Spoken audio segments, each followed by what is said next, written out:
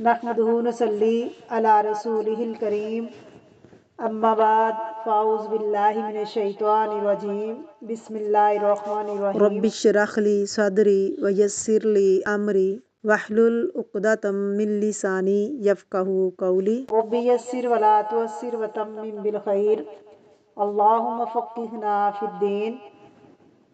سورۃ آل عمران آیت نمبر 74۔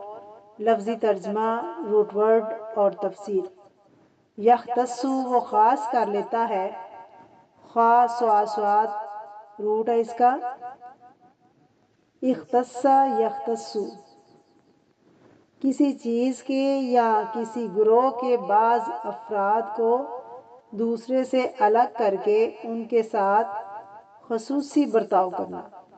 مثلا ایک گروہ کے اندر بہت سے لوگ ہیں تو ان میں سے چند ایک کو مخصوص کرنا، اہتمام کے ساتھ کسی چیز کو خاص کرنا۔ برحمتہ اپنی رحمت کے ساتھ، من یشاء جس کو وہ چاہتا ہے، واللہ اور اللہ تعالیٰ، ذو الفضل العظیم بہت بڑے فضل والا ہے۔ تفسیر۔ بسم اللہ الرحمن الرحیم۔ یختص برحمتہ خاص کرتا ہے اپنی رحمت کے ساتھ، من یشاء جس کو وہ چاہتا ہے، کون؟ اللہ رب العزت۔ رحمت سے مراد یہاں کیا ہے؟ نبوت۔ اور خاص کرنے سے مراد کیا ہے؟ کہ اب بنی اسرائیل کو چھوڑ کر اللہ تعالیٰ نے کس کے اندر رکھ دی؟ بنی اسماعیل کے اندر۔ بنی اسماعیل کو خاص کر لیا، کس چیز کے لیے خاص کر لیا؟ نبوت کے لیے۔ کس کا فیصلہ ہے؟ اللہ تعالیٰ کا فیصلہ ہے۔ واللہ ذو الفضل العظیم، سارا فضل اللہ کے ہاتھ میں ہے۔ تو مانگنا کس سے چاہیے؟ اللہ تعالیٰ سے۔ اور اللہ کا فضل اندازہ کریں، امیجن کریں کہ اگر اللہ تعالیٰ کا فضل بہت بڑا ہے، کیا اگر ایک کو اللہ دے دے تو وہ دوسروں کو نہیں دے سکتا؟ کیا دوسروں کا حصہ نہیں رہتا؟ اس میں دوسروں کا حصہ نہیں بچتا؟ انسانوں کے پاس اگر کچھ ہو تو وہ لیمیٹڈ ہوتا ہے، آپ ایک کو دیں تو دوسرے کے لیے کچھ نہیں رہتا، لیکن اللہ تعالیٰ کے پاس اتنا ہے کہ وہ سب کو دے دے تو بھی کچھ کم نہیں ہوتا۔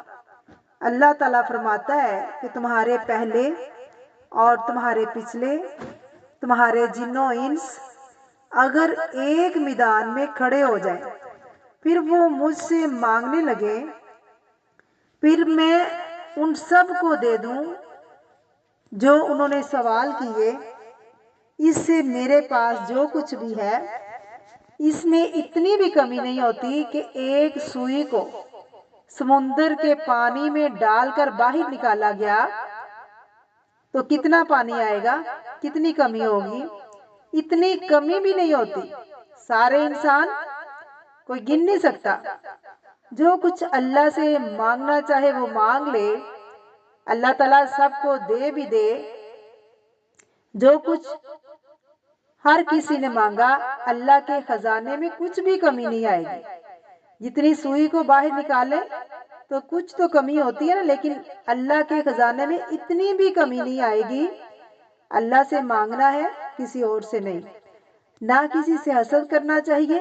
ساری خرابی کی جڑ یہ بنی اسرائیل جو تھی، ان کے اندر حسد تھا، اور محمد صلی اللہ علیہ وسلم کی امت کے درمیان اس دور سے لے کر آج تک باہمی لڑائیاں، فساد کی بنیاد کیا ہے؟ حسد۔ چلیے یہ تو قوموں کے جھگڑے ہیں نا، دین کی بنیاد پر یا کسی سیاست کی بنیاد پر، لیکن گھروں میں جھگڑے کس بنیاد پر ہوتے ہیں؟ حسد کی بنیاد پر۔ کیا بھول جاتے ہیں لوگ؟ اللہ کا فضل بھول جاتے ہیں۔ تو ضرورت کس بات کی ہے؟ جب کسی وقت آپ کو لگے کہ کوئی کمی کر رہا ہے، کوئی بھی ہو، تو کیا مانگے؟ اللہم انی اسألک من فضل العظیم، تو آپ کو قرار آ جائے گا۔ اگر کسی انسان کے ذریعے بھی ملتا ہے تو دراصل اللہ ہی دیتا ہے، اور